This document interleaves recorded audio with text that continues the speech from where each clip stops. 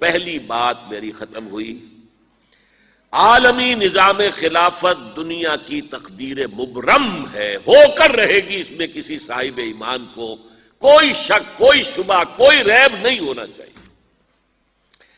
البتہ اس کا اب دوسرا پہلو کیا ہے، اس کا آغاز کہاں سے ہوگا؟ پہلی بات تو یہ، ہمارے بعض لوگوں کے ذہنوں میں، سادہ دل لوگ، وہ سمجھتے ہیں کہ پوری دنیا میں ایک ہی دفعہ آ جانی چاہیے، یہ کوئی علاقائی خلافت تو نہیں ہو سکتی، خلافت تو عالمی ہوتی ہے۔ ان سے میں کہتا ہوں، عالمی خلافت کب تھی جناب؟ یہ تو نہ خلافت راشدہ میں عالمی تھی، کیا ہندوستان شامل تھا اس میں؟ کیا چین شامل تھا؟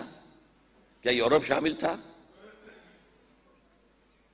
اور پھر جو خلافت کے نام سے جو ملوکیت چلی ہے، وہ بھی صرف دور بنو امیہ میں کہہ سکتے ہیں کہ وہ پورا عالم اسلام کم سے کم اس کے تحت تھا۔ بعد میں خلافت عباس، بنو عباس میں، اور فاطمیین کی خلافت میں، اور آل عثمان جو ہیں آٹومان ٹرکس کی خلافت میں ٹکڑے تھے، اس سے بکھرے تھے، کوئی مانتا تھا، کوئی نہیں مانتا تھا۔ اور سب سے بڑی بات یہ، اگر ایک دم پوری دنیا پر خلافت قائم ہو سکتی تو حضور کے دست مبارک سے ہوتی، لیکن نہیں ہوئی۔ نتیجہ کیا نکلا؟ ایک ملک میں حضور نے قائم کر دی، جزیرہ نما عرب، یہاں خلافت قائم ہو گئی، حضور خلیفہ ہے۔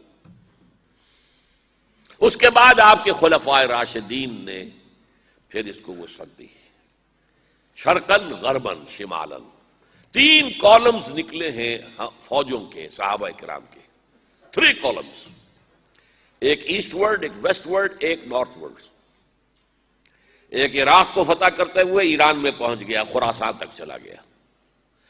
ایک شام کو فتح کرتے ہوئے اور پھر سینائی پیننسولا سے ہو کر افریقہ میں داخل ہوا اور اٹلانٹک تک پہنچ گیا۔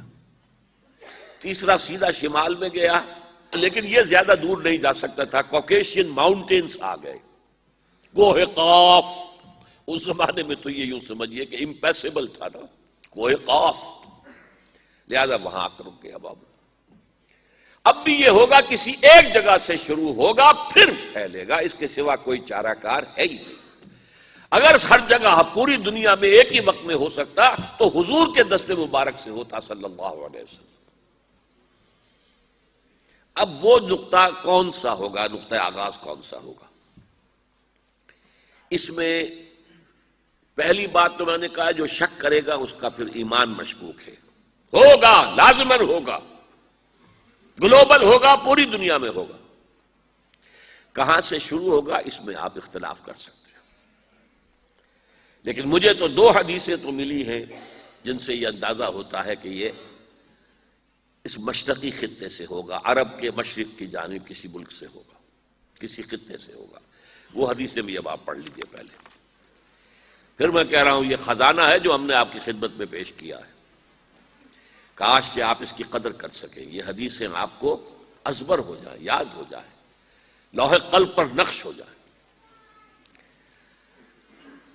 ہندوستان اور خراسان یعنی موجودہ افغانستان کا ذکر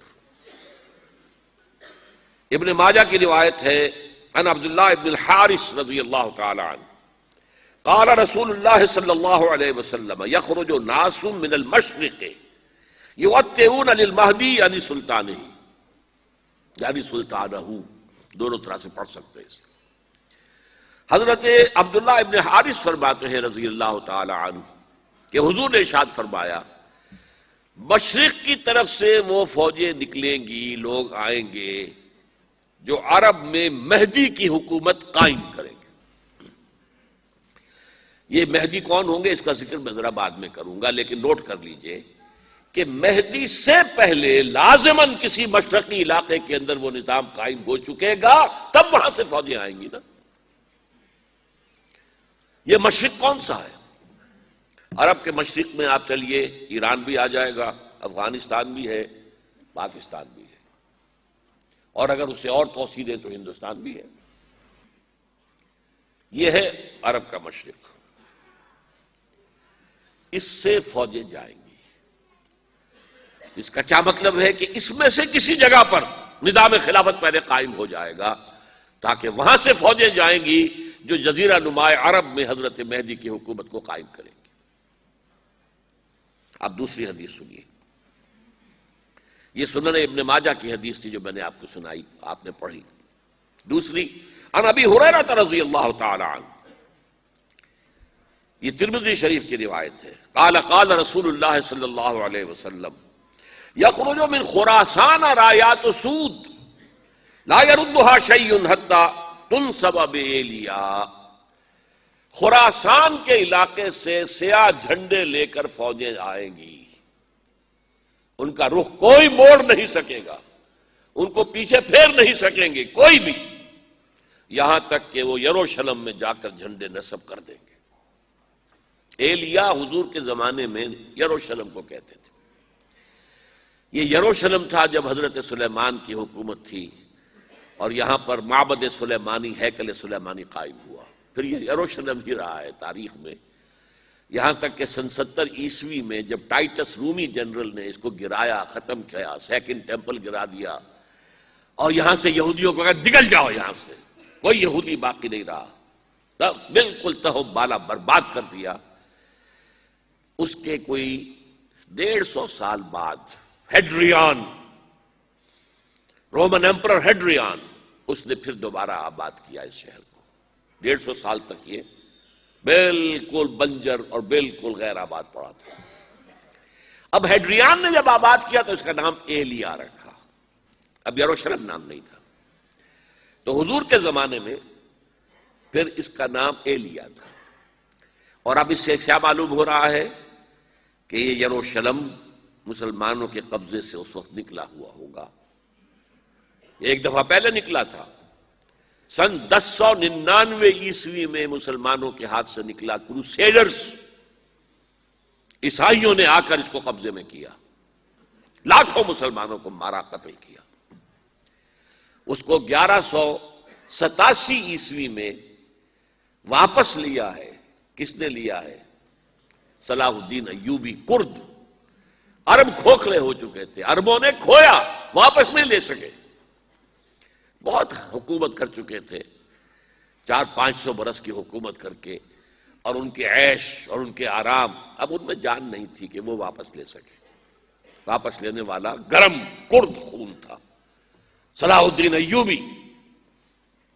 تو گویا کہ اب آپ سمجھئے کہ 88 برس تک عیسائیوں کا قبضہ رہا یروشلم پر۔ اب 1967 میں یہودیوں نے قبضہ کیا ہے، اور اب 38 برس تو ہو گئے، 88 نہیں تو 38 برس تو ہو گئے ہیں، لیکن وہ دور آئے گا کہ اب پھر لیں گے، لینے والے عرب بھی نہیں ہوں گے، خراسان کے علاقے سے فوجیں آئیں گی۔ یہ خراسان کیا تھا؟ ایلیا تو میں نے آپ کو بتا دیا، یروشلم کا نام ہے۔ خراسان اس زمانے میں ایک بہت بڑے ملک کو کہتے تھے، کچھ حصہ پاکستان کا بھی اس میں شامل ہے، کچھ حصہ ایران کا بھی ہے، ایران کے اس حصے کو اب بھی خراسان کہتے ہیں، وہ ایک صوبہ ہے، خراسان ایک صوبہ ہے ایران کا چھوٹا سا۔ پاکستان میں خاص طور پر یہ جو علاقہ مالاکنڈ ایجنسی کہلاتی ہے، اس سے اوپر جتنا علاقہ ہے، اور یہ جو واخان کی ایک پٹی آتی ہے اوپر، واخان افغانستان کی ایک پٹی سی دم سی چلی آتی ہے جو جا کر چائنا کی سرحد سے مل جاتی ہے، یہاں سے لے کے یہاں تک یہ جو مالاکنڈ کا وہ درہ ہے اور پہاڑ ہے، یہ بھی خراسان کا حصہ ہے۔ باقی تقریباً 2/3 آف افغانستان ساؤدرن حصہ نہیں ہے خراسان کا حصہ، یہ سیستان کہلاتا تھا، یہ خراسان نہیں ہے، لیکن یہ کہ اوپر کا 2/3 آف افغانستان اور اس کے ساتھ یہ جو عرب جو اب یہ ترک ممالک آزاد ہوئے ہیں سوویت یونین کی ڈسولوشن کے ساتھ، یہ سارا علاقہ کہلاتا ہے خراسان بزرگ، دی گریٹ خراسان۔ ایک مرتبہ ایک یہاں کا جو کاؤنسلیٹ ایران کا وہ آئے تھے میرے پاس، ان کے ایک اہم آدمی، ان سے میں نے پوچھا خراسان، تو پہلے تو ان کا خراسان ہمارا ایک صوبہ ہے، میں نے کہا نہیں مجھے خراسان، او خراسان بزرگ، وہ جو آپ دی گریٹر خراسان کی بات کر رہے ہیں وہ یہ تھا۔ پھر میں نے اور ذریعوں سے بھی تحقیق کی، پہلے خیال تھا کہ پورا افغانستان اس میں شامل ہے، لیکن اب معلوم ہوا کہ نہیں، یہ جو جنوبی حصہ ہے یہ سیستان کہلاتا تھا، کچھ بلوچستان کا حصہ اس میں شامل تھا اور کچھ یہ جنوبی حصہ افغانستان کا۔ یہاں سے فوجیں جائیں گی اور یہ فوجیں جا کر خراسان سے چل کر ایلیا پہنچیں گی، یروشلم پہنچیں گی اور اپنے جھنڈے گاڑ دیں۔ اس کا جو نتیجہ نکلتا ہے وہ آپ سمجھ لیجئے۔ اس میں بھی اب میں اس سیر ترجمان القرآن اقبال کا ایک شعر آپ کو سنا رہا ہوں۔ ایک تو انہوں نے جو اردو میں کہا تھا، میرے عرب کو آئی ٹھنڈی ہوا جہاں سے، میرا وطن وہی ہے، میرا وطن وہی ہے۔ ٹھنڈی ہوا حضور کو آئی، مجھے ہندوستان کی طرف سے ٹھنڈی ہوا آ رہی ہے صلی اللہ علیہ وسلم۔ اس کا جو ہے حوالہ مجھے نہیں مل سکا ہے اب تک، لیکن لوگ مانتے ہیں کہ ہاں ہے، حدیث ہے، پڑھی ہے ہم نے، لیکن بتا نہیں پا رہے کوئی۔ اور ظاہر بات ہے کہ حدیث کا ذخیرہ اتنا وسیع ہے کہ اس میں سے تلاش کرنا آسان کام نہیں ہے، اور اقبال کو کافی علم تھا ان چیزوں کا، تو اس کو بغیر کسی بنیاد کے نہیں کہہ سکتا۔ میرے عرب کو آئی ٹھنڈی ہوا جہاں سے، میرا وطن وہی ہے، میرا وطن وہی ہے۔